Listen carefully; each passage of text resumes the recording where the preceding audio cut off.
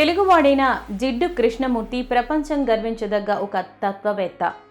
మే 12, 1895న ఆంధ్రప్రదేశ్లోని మదనపల్లెలో ఒక తెలుగు బ్రాహ్మణ కుటుంబంలో జన్మించారు. 1986లో అతను మరణించే వరకు ప్రపంచం నలుమూలలా ప్రయాణం చేస్తూ తాత్విక, ఆధ్యాత్మిక విషయాలపై అనేక ప్రసంగాలు చేశారు. అతను స్పృశించిన ముఖ్య అంశాలు మానసిక విప్లవం, మనోభావ విచారణ, ధ్యానం, మానవ సంబంధాలు, సమాజంలో మౌలిక మార్పు అనే అనేక అంశాలపైన తన స్పందనలను తెలియజేశారు.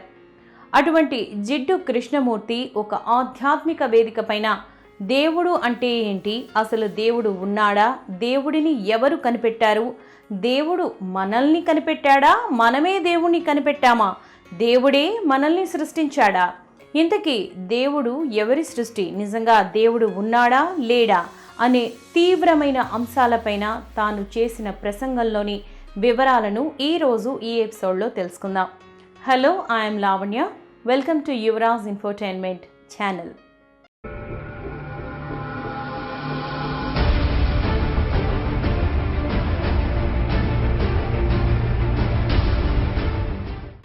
మానవ చరిత్రలో పురాతన గ్రీకులు, పురాతన సుమేరియన్ల దగ్గర నుంచి దేవుడి గురించిన భావన అనేది ఉంది.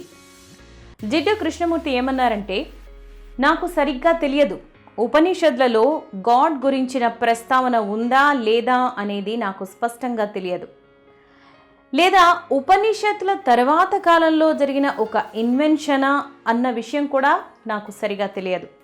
ఏది ఏమైనా దేవుడు అంటే ఏంటి వెతుకుతూనే ఉన్నాం, దేవుని ఉనికిని ప్రశ్నిస్తున్నాం. అయితే దేవుడిని గురించి ప్రశ్నిస్తున్నామంటే అర్థం దేవుడిపైన వ్యతిరేకంగా అటాక్ చేస్తున్నామని అర్థం కాదు.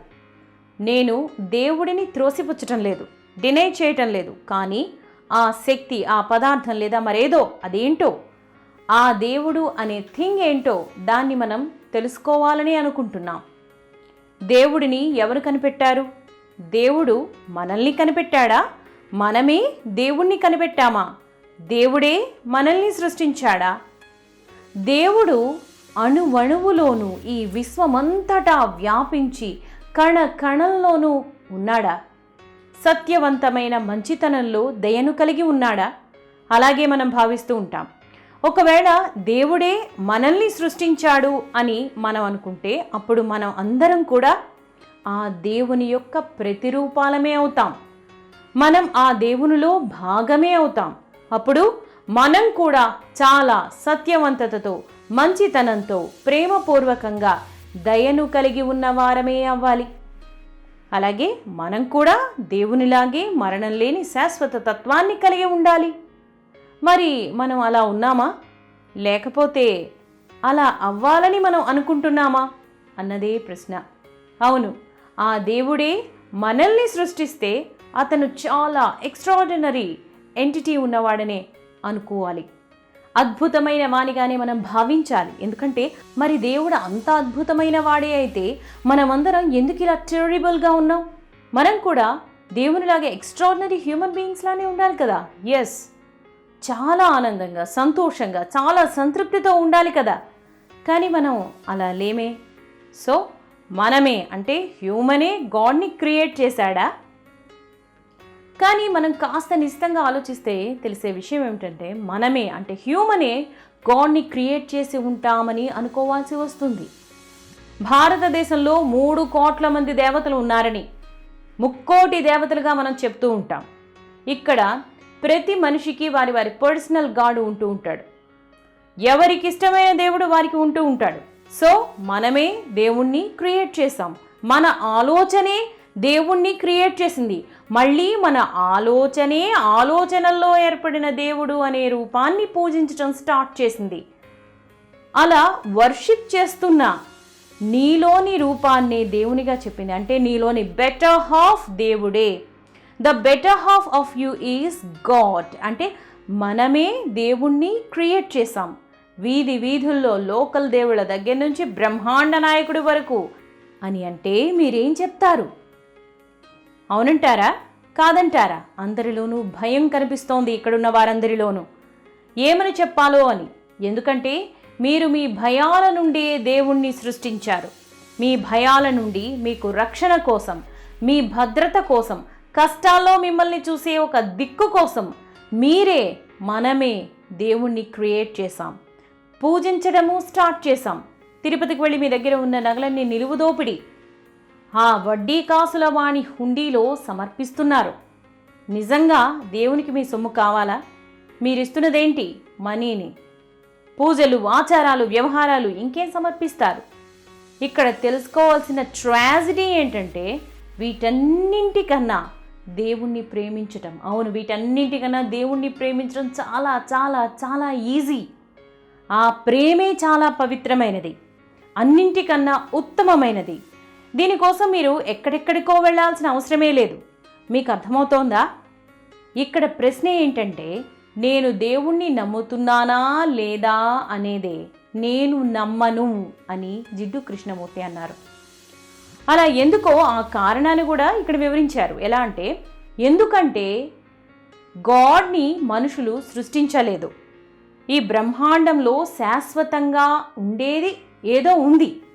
ఈ కాలానికి అతీతంగా ఉండేది, కాలానికి అవతల ఉన్నది ఆ శక్తి. దానికోసంగాను మీ మనసు, మీ మైండ్ అన్నీ కూడా భౌతిక అంశాలను, మీ లైఫ్లోని బాధ్యతల నుంచి ఫ్రీ అయి, అంటే త్యజించి ఏకాగ్రత చిత్తం కావాలి. మీ అహంకారం, గర్వం, అధికార, దర్పం, జలసి లాంటివన్నింటినీ త్యజించేయాలి. మరి ఇవన్నీ త్యజించాక ఏం చేయాలి? ఈ విషయంలో మిమ్మల్ని గైడ్ చేయడానికి ఎవరూ ఉండరు. ఎలాగైతే మీరు ఒక దట్టమైన అడవిలో మీ అంతటా మీరు ఆ దారిని ఎంచుకొని కొనసాగుకుంటూ సాగుతూ వెళ్తారో, దారిని ఎంచుకొని అడవిలో సాగుతూ వెళ్తారో, అదేవిధంగా మీకు మీరే శోధించాలి. దానికి గాను అసామాన్యమైన శక్తి ఉండాలి.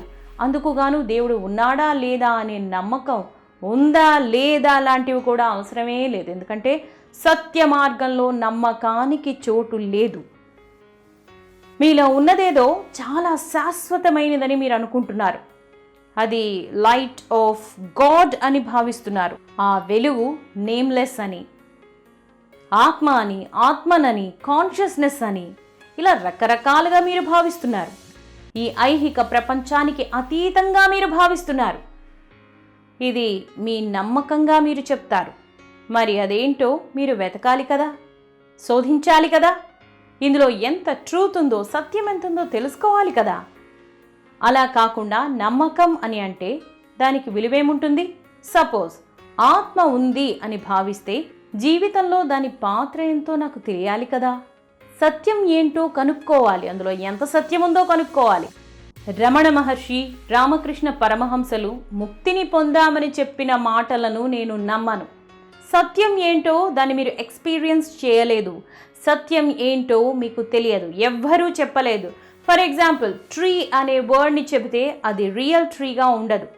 చెట్టు ఎలా ఉంటుందో ఆకారం, స్వరూపం, గుణం ఇలాంటివన్నింటినీ ఎక్స్ప్లెయిన్ చేస్తేనే అది ట్రీ అని మనకి కాస్త అర్థమవుతూ ఉంటుంది. అంతేకాని ట్రీ అనే వర్డ్ చెట్టు కానీ కాదు. ఇప్పుడు మనం ఆ వర్డ్ని పట్టుకునే వేలాడుతున్నాం. అది సరైన పద్ధతి కాదు. మీరు మీ మనసారా ఒక వ్యక్తిని ప్రేమిస్తే, కంప్లీట్గా మీకున్న ప్రతి అణువుతోనూ మీరు ప్రేమిస్తే, ఆ ప్రేమను LOVE లవ్ అనే వర్డ్ని ఉపయోగించి చెబితే, ఆ మాట మీరు విని యాక్సెప్ట్ చేశారు, కానీ ఆ ప్రేమ ఎంత గాఢమైనదో మీకెలా తెలుస్తుంది?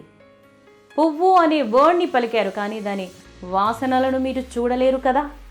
ఈ సభలో ఇప్పుడు ఒక వ్యక్తి చెప్పిన ఇలాంటి గురువులు భారతావనిలో అనేక మంది ఉన్నారు. కానీ మీకు సత్యం తెలియాలి అని అంటే ఇలాంటి గురువులను మర్చిపోండి. వీటిని వివరించే ఉదాహరణలను మర్చిపోండి. సంబంధిత బుక్స్ని మర్చిపోండి. మీరు ఈ సో కాల్డ్ లీడర్స్ మీద డిపెండ్ అయితే మీరు బలహీనమవుతారు. ఈ విషయాన్ని ఎప్పుడైతే కేవలం ఆధ్యాత్మికంగా కాదు, మానసికంగా అర్థం చేసుకుంటారో అప్పుడే మీరు మనిషి, హ్యూమన్ బీయింగ్. అప్పుడే ఎంతటి ఘోర అరణ్యాల్లోనైనా సత్యాన్ని అన్వేషించడానికి స్వేచ్ఛగా నడవచ్చు, సూటిగా నడవచ్చు, దేవుణ్ణి అన్వేషించవచ్చు. ఒక్కసారి ఆలోచిస్తే ఈ సింపుల్ విషయం అర్థమవుతుంది అని జిడ్డు కృష్ణమూర్తి తన ప్రసంగాన్ని ముగించారు. మీకు ఈ ఎపిసోడ్ నచ్చితే మీ ఫ్రెండ్స్కి చెప్పండి. యువరాజ్ ఇన్ఫోటైన్మెంట్ ఛానల్ని సబ్స్క్రైబ్ చేయండి, లైక్ చేయండి, షేర్ చేయండి. And thank you for watching.